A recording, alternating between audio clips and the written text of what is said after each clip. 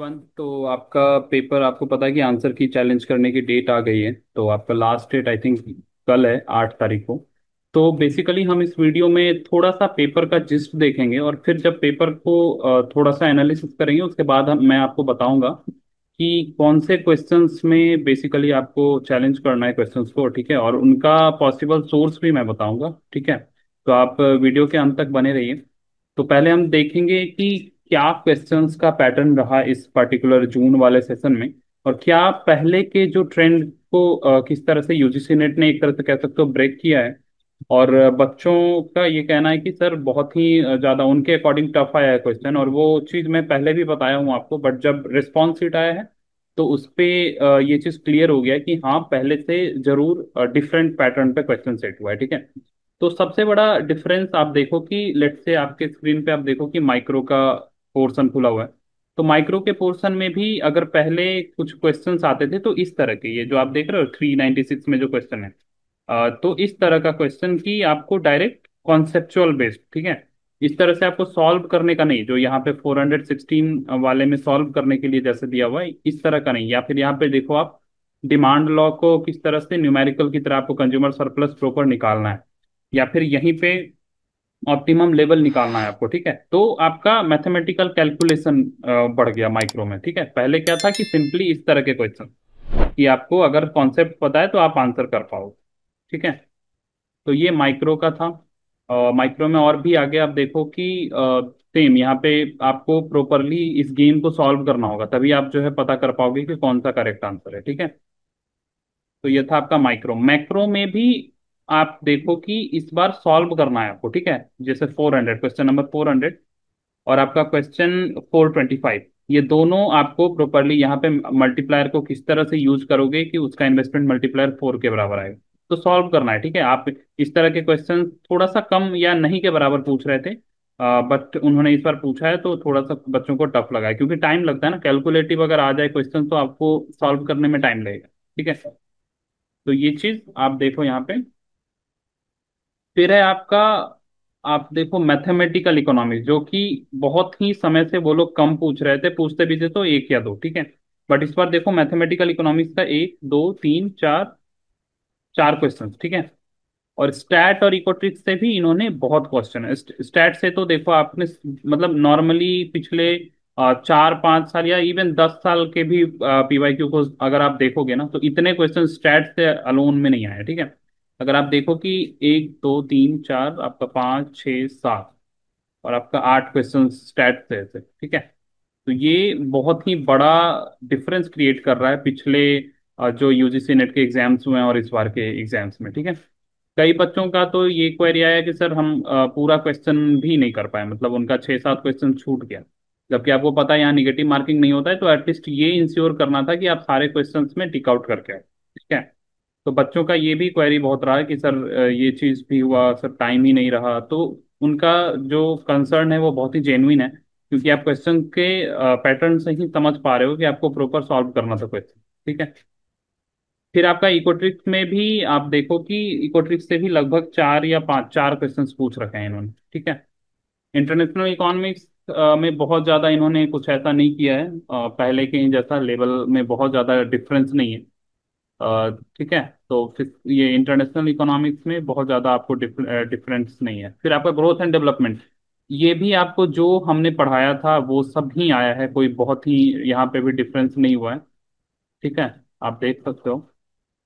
Public finance में भी पुराना पीवाईक्यू रिपीट हुआ है, ठीक है। आपका ये सारा जो टैक्स रिफॉर्म कमेटी है, मैंने आपको इसका पूरा आपको क्रोनोलॉजी बोला था याद करने के लिए, आपने याद किया होगा तो आपको बहुत ही कह सकते हो कि हेल्प हुआ होगा यहाँ पे। फिर आपका चेयरमैन का, फाइनेंस कमीशन के चेयरमैन का क्रोनोलॉजी, ये सब हमने बेसिकली एक मैराथन सेशन के थ्रू भी करवाया था। तो आप कह सकते हो कि सरप्राइजिंग चीज माइक्रो में, और अभी हम थोड़ा सा इन्वायरमेंटल और इंडियन इकोनॉमी को भी देखते हैं। इन्वायरमेंटल में भी आप देखो कि सारा पीवाईक्यू रिपीट हुआ है, ठीक है। ये सारा आपका Kyoto protocol, Stockholm convention, Rio summit, ये सब हमने करवाया हुआ था, ठीक है।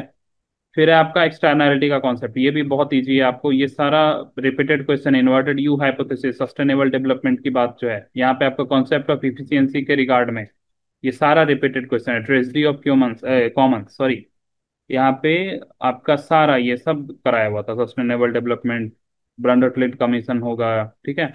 तो ये सारा पीवाईक्यू है, कोस थ्योरम पीवाईक्यू से दिया हुआ है। डेमोग्राफी में पॉपुलेशन का ग्रोथ थियरी के बारे में है, डेमोग्राफी ट्रांजिशन थियरी, ये भी पीवाईक्यू है। मनी एंड बैंकिंग, मतलब पूरा एक तरह से कह सकते हो पीवाईक्यू करते तो सब आ जाता है, एक भी क्वेश्चन गलत नहीं होता आपका। ये रिपीटेड क्वेश्चन है ये इस तरह, जो क्या बोल सकते हो, ये जितने भी क्राइसिस में इसका एक बार और पूछ रखा है उन्होंने। फिर आपका ये आपका एनएससी बीएससी, ये भी रिपीटेड क्वेश्चन है, ठीक है। फिर आपका ये चीज यहाँ पे थोड़ा सा देखो आपकी, आपको मैंने पूरा ये लिस्ट बोला था याद करके जाने, और आपका देखो पूछ लिया है। ये क्वेश्चन पूछते ही है, मतलब आप कह सकते हो कि हाई चांसेस हैं इस तरह के क्वेश्चन। ये रेट्स का या तो वो डायरेक्टली पूछ देंगे कि रिवर्स रेपो कितना है, या फिर इस क्रोनोलॉजी में, बट वो रेट से क्वेश्चन पूछते हैं। इंडियन इकोनॉमी में दो चीज पूरी तरह से डोमिनेंट, जो कि मैंने बताया था आपको, यूनियन बजट और इकोनॉमिक सर्वे। यूनियन बजट और इकोनॉमिक सर्वे का टेबल और चार्ट मैंने आपको बोला था पढ़ने के लिए। अगर जिन लोगों ने पढ़ा हुआ होगा टेबल और चार्ट, उनसे एक भी सवाल नहीं छूटा होगा। उसका रीजन देखो, एक्सपेंडिचर एलोकेशन बजट 25-26 का, ये एक टेबल बना हुआ है वहां पे। फिर आपका इसी तरह से इकोनॉमिक सर्वे में एक टेबल में या फिर चार्ट में, दो चीज, टेबल और चार्ट जितने भी होते हैं इस इकोनॉमिक सर्वे और यूनियन बजट के, उसको आपको देख के जाना होता है। उसमें भी इंपॉर्टेंट वाला मैंने बताया था, और सारे इंपॉर्टेंट वाले ही आए थे मिनिस्ट्री वाइज, मैंने बोला था याद रखने के लिए। आपका ये फिजिकल डेफिसिट, ये सब का वैल्यू, ठीक है। एफडीआई का शेयर का बोला था मैंने आपको। फिर आपका करंट अकाउंट बैलेंस जो है डिसेंडिंग ऑर्डर में, ये सारा आपको देखोगे आप जब मैराथन, वहां पे आपको पता चल जाएगा। फिर 15 फाइनेंस कमीशन, कितनी बार बोला मैंने, और ये पूछता ही है, मतलब कुछ क्वेश्चंस आप कह सकते हो कि पूछेगा ही। तो इंडियन इकोनॉमी, इसलिए जैसे बच्चों को लगता है कि इंडियन इकोनॉमी सर इतना वास्ट कंटेंट है कहाँ से पढ़े, बट अगर आप मुझसे सच पूछोगे तो इंडियन इकोनॉमी सबसे आसान, क्योंकि इसमें बहुत ज्यादा स्कोप नहीं है क्वेश्चंस का। मतलब ये स्कोप है, मतलब आप कहोगे कि सर कुछ भी तो पूछ ही सकता है ना, बट ये लोग वेरिएशन नहीं लाते हैं। मतलब यूजीसी नेट का पैटर्न, मतलब इस बार भी आप देखो कि उन्होंने इस चीज को ब्रेक नहीं किया। भले ही उन्होंने स्टैट इकोट्रिक्स में आपको ट्रिक कर दिया है, कह सकते हो आप कि stat econometrics, mathematical economics, micro macro में भी थोड़ा सा मैथमेटिकल कैलकुलेशन वाला क्वेश्चन दे करके, तो ये चीज थोड़ा सा वहां पे है, ठीक है। फिर ये भी, ये आपका इकोनॉमिक सर्वे का ये चार्ट दिया हुआ है, आप जाके अभी देखोगे 2024-25 का जो इकोनॉमिक सर्वे, तो आपको पता चल जाएगा। फिर आपका देखो 5 नंबर और मैथ्स में, ये प्रोबेबिलिटी का क्वेश्चन। तो वही चीज है, मतलब बच्चों का जो ये कंसर्न था वो बहुत ही जेन्युइन था जब वो एग्जाम दे के आए थे, बट जब आज रिस्पॉन्स शीट परसों आई है, कल आया आई थी, तो उस रिस्पॉन्स शीट से भी बहुत हद तक क्लियर हो गया कि बच्चे क्यों ऐसा बोल रहे थे कि सर क्वेश्चंस भी हमारे पूरे कंप्लीट नहीं हो पाए, ठीक है। तो ये था एक छोटा सा, मतलब मैं कह सकते हो सेग्रीगेटेड वर्जन का एक थोड़ा सा आपको एनालिसिस दिया। अब हम थोड़ा सा देखते हैं कि कौन कौन से क्वेश्चंस को चैलेंज करना चाहिए। तो ऐसे नॉर्मली आपको पता है कि यूजीसी नेट में बहुत सारे क्वेश्चंस चैलेंज होते हैं, ड्रॉप होते हैं, बट इस बार थोड़ा सा उन्होंने इस चीज को सही रखा है कि उन्होंने मिस्टेक बहुत कम किया है क्वेश्चंस में। तो एक क्वेश्चन मुझे ये वाला लग रहा है, जो कि growth and development Solow model का है, न्यू क्लासिकल ग्रोथ थ्योरी का। यहाँ पे उन्होंने कह रहा है कि in increase in saving rate will will impact the growth rate of output. तो यहाँ पे आपका, जब आप एमएल झिंगन पढ़ोगे उसका चैप्टर 47 में, यहाँ पे आप देखो कि जब ये सेविंग कर्व अपवर्ड शिफ्ट हो रहा है, तो आपका कैपिटल पर आउटपुट और ये आउटपुट पर कैपिटा, ये दोनों इंक्रीज हो रहा है। तो आप देख रहे हो, इसलिए raises the growth rate of output in the short run, but it will not decrease, मतलब ये long run level of capital जो है और आउटपुट पर हेड, आप देख रहे हो कि ये इंक्रीज हुआ है। वाई से Y1 गया और यहाँ के से K1 स्टार गया, तो 4 तो कभी भी नहीं होगा। ऑप्शन 1 करेक्ट होगा। क्यों? क्योंकि आप देखो कि जब आउटपुट इंक्रीज हुआ, इट मीन्स कि उसका ग्रोथ रेट भी इंक्रीज हुआ है, ठीक है। आउटपुट पर कैपिटा इंक्रीज हो रहा है, मतलब एग्रीगेट आउटपुट भी इंक्रीज हो रहा है एक तरह से। तो ऑप्शन 1 करेक्ट होना चाहिए। तो आप इसको चैलेंज कर सकते हो, और ये ग्रोथ विथ सेविंग्स, मतलब ये आपको मैं कह सकता हूँ कि एमएल झिंगन का सोर्स बता दिया, और इसको आप वहां पे कोट कर सकते हो, ठीक है, जब आप आंसर चैलेंज करोगे। फिर आपका ये question, the idea of constructing poverty weighted index of growth is, तो इक्वल वेट, जैसे देखो 1 जो है ना पार्शियली करेक्ट है, इसको आप नहीं भी कर सकते हो, मतलब बच्चे बहुत बोल रहे थे कि सर इसमें तो ऐसा होगा कि मोर वेट जो है पुअरर वाले सेक्शन में। पहले मैं थोड़ा सा आपको इसका कॉन्सेप्ट बताता हूँ। ये फोस्टर ग्रियर थॉरबैक इंडेक्स है, ठीक है। फोस्टर ग्रियर थॉरबैक इंडेक्स में कहते हैं कि it basically gives more weight to poor, ठीक है।